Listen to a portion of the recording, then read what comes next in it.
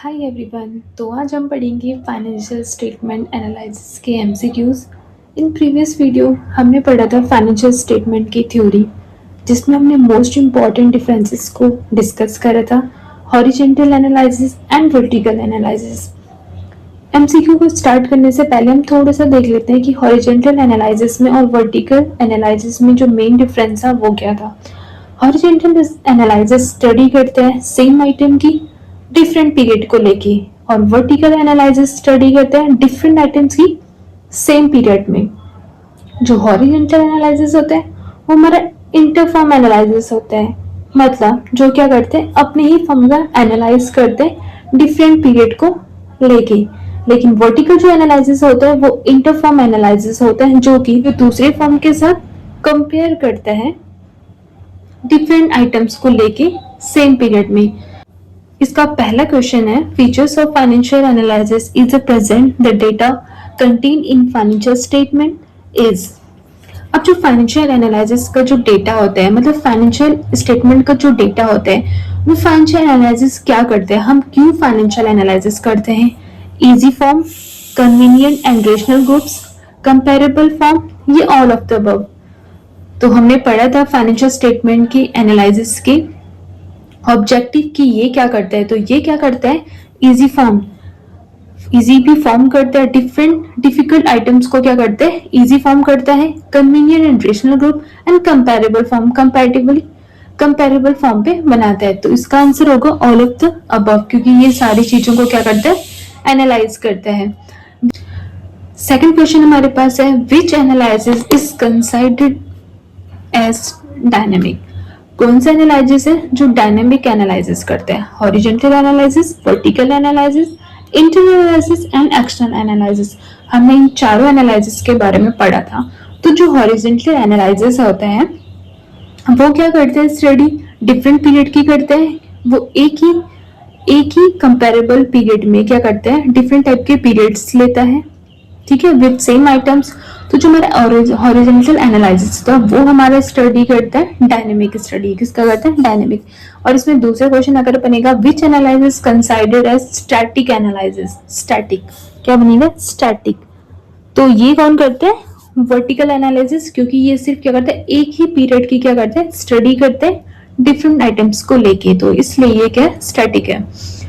Third हमारे पास है, main objective analysis of financial statement in. अब फाइनेंशियल एनालिसिस का फाइनेंशियल स्टेटमेंट, अब जो फाइनेंशियल स्टेटमेंट की जो एनालिसिस करता है फाइनेंशियल, उसका मेन ऑब्जेक्टिव क्या है, to know the financial strength, to make a comparability study with other firm, to know the efficiency of management of the. तो क्या है इसमें सारे ही हो जाएंगे ऑल ऑफ द अबव। क्यों, क्योंकि वो क्या होता है, फाइनेंस को भी देगा, वो कंपनी की क्या फाइनेंशियल स्ट्रेंथ को भी देखता है, उसके वीक पॉइंट स्ट्रॉन्ग पॉइंट को वो कंपेयर करते हैं, स्टडी अदर फर्म के साथ कंपेयर करते हैं। वो इफिशिएंसी देखते हैं मैनेजमेंट की, कि वो कहाँ तक क्या कर सकती है, क्या लिक्विडिटी और क्या सॉल्वेंसी को क्या कर सकती है, पे कर पाती है। एंड फोर्थ हमारे पास क्वेश्चन है, when bad position of the business is tried to be depicted as good it is known as. अब ये क्या है, जब क्या करती है कंपनी अपनी पोजीशन को अच्छा दिखाने की कोशिश करती है, वो भले उनकी पोजीशन इतनी अच्छी नहीं है, लेकिन वो अपने आप को क्या कर रहे हैं, प्रिटेंड कर रहे हैं, वो शो कर रहे हैं कि हम क्या है, स्ट्रॉन्ग, हमारे पास जो फाइनेंस है वो क्या स्ट्रॉन्ग है, हम एक स्ट्रॉन्ग बिजनेस है। तो ये किसका होता है, ये आता है विंडो ड्रेसिंग। तो विंडो ड्रेसिंग का क्वेश्चन भी काफी बार क्वेश्चन में बनता है कि विंडो ड्रेसिंग का मतलब होता है जब बिजनेस क्या करती है, अपने क्या होते हैं, करंट लाइबिलिटी को कम दिखा के और अपनी करंट एसेट्स को क्या होते हैं, ज्यादा दिखाते हैं। वो अपनी एसेट्स को कंपनी को ज्यादा दिखाते हैं, ताकि क्या हो, कंपनी क्या स्ट्रांग हो, और ताकि जो इन्वेस्टर हो वो क्या करे, उस कंपनी में इन्वेस्ट कर पाए। तो इसलिए वो क्या करते हैं, विंडो ड्रेसिंग करते हैं। फिर तुम्हारे पास है, financial analysis become useless because it. अब financial analysis becomes useless because it क्यों होती है, measure the profitability, measure the solvency, lack qualitative dynamics and make a comparative study. तो ये सारे तो इसके क्या ऑब्जेक्टिव है, measure the profitability, make comparative study, measure the solvency and lack of quality analysis. तो क्यों है यूजलेस, क्यों है, क्योंकि वो क्या करते हैं, क्वालिटेटिव डाटा को ना दिखाकर सिर्फ क्या करती है, क्वांटिटेटिव डाटा पे फोकस करती है। वो हमारे ठीक है, वो क्या करती है, क्वालिटेटिव एनालिसिस को नहीं करती है। फाइनेंशियल स्टेटमेंट एनालिसिस सिर्फ क्या करते हैं, क्वांटिटेटिव डाटा को एनालाइज करते हैं। नेक्स्ट हमारे पास है main limitations of analysis of financial statement is, अब फाइनेंशियल स्टेटमेंट की कुछ एनालिसिस में वो क्या है, इफेक्टेड ऑफ विंडो ड्रेसिंग, अभी हमने बात करी थी वो क्या है, विंडो ड्रेसिंग अफेक्ट रहती है। कुछ कंपनीज क्या करती है, अपने बिजनेस को अच्छा दिखाने के लिए विंडो ड्रेसिंग का काम करती है। डिफिकल्टी इन फोरकास्टिंग, अब ठीक है फोरकास्टिंग में तो डिफिकल्टी होगी क्योंकि जो फाइनेंशियल स्टेटमेंट एनालिसिस है वो सिर्फ क्या करता है, हिस्टोरिकल डाटा को ही एनालाइज करते हैं। वो कंपेरेबल फॉर्म में किसको दिखाते हैं, वो प्रीवियस डेटा को या करंट डेटा को। वो उससे हम क्या करते हैं, फ्यूचर को प्रिडिक्ट नहीं कर सकते कि फ्यूचर पे हमारे पास क्या लॉस होंगे क्या गेन होंगे। तो ये क्या डिफिकल्टी इन फोरकास्टिंग भी होती है। To not reflect change in price level, अब to not reflect price change level का मतलब है कि ये क्या करती है, इनका कहना जो सेल हमने पिछली बार जो सेम कह रहे लेकिन प्राइस में भी तो डिफरेंस होगा, तो उसको ना दिखाकर ये क्या करते हैं, कंसिडर्ड सेम ही रखते हैं कि पिछले साल हमने इतना प्रॉफिट कमाया, इस साल इतना कमाया, ठीक है, इतना अगर हमने इतना सेल करा तो उसमें हमें इतना ही प्रॉफिट मिला, लेकिन हर साल हमारे कहते हैं प्राइस पे भी चेंजेस होते हैं तो वो उस चीज को रिफ्लेक्ट नहीं करता है। तो इसमें आएगा ऑल ऑफ द अबव।